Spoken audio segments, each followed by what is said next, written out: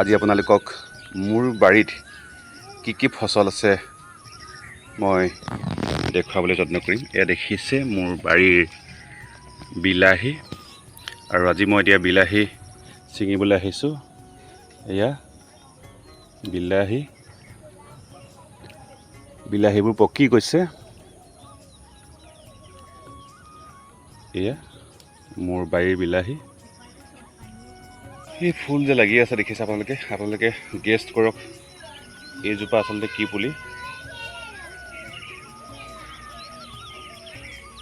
এইজোপা হৈছে আচলতে এইয়া গুটি লাগি আছে দেখিছে, এইজোপা হৈছে আচলতে তিয়ঁহৰ গছ। আৰু নতুন মাটিৰ গোন্ধ পাই বৰ ধুনীয়াকৈ লাই হালে জালে বাঢ়িছে। এয়া কুঁহিয়াৰ গছ, আৰু এয়া আপোনাৰ জলকীয়া পুলি, জলকীয়া গছ দিয়া হৈছে।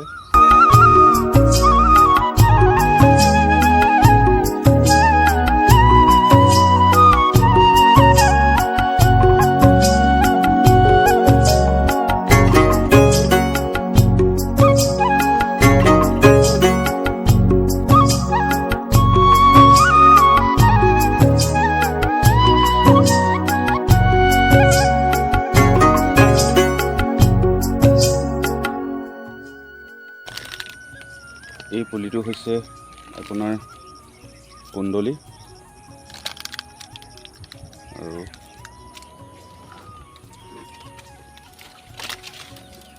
আৰু এয়া হৈছে মোৰ বাৰীৰ দাংবডি।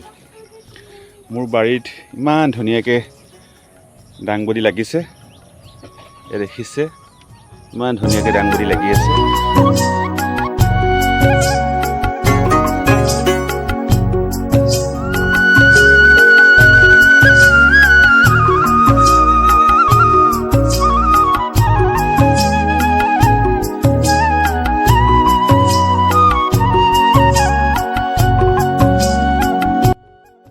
কম মাটিতে মোৰ এই খেতিডৰা কৰা হৈছে, আৰু আপোনালোকে জানে টিয়কলৈ অহা বেছি দিন হোৱা নাই। আজি প্ৰায় 40 দিনমান হৈছে, আৰু সেই 40 দিনৰ ভিতৰতে এইখিনি সম্ভৱ হৈছে। কাৰণ নতুন মাটিত কাৰণ সকলোৱে জানো আমি মাটি পালে বা নতুন মাটি পালে এনেধৰণে সুন্দৰকৈ জাতিষ্কাৰ হৈ পৰে আচলতে। আৰু বেঙেনা পুলিও আছে, এয়া বেঙেনা পুলি আপোনাৰ। মোৰ বাৰীৰ যি সৌন্দৰ্য আপোনালোকক আজি দেখুৱাবলৈ যত্ন কৰিছোঁ। আৰু এয়া হৈছে মাটিকচু,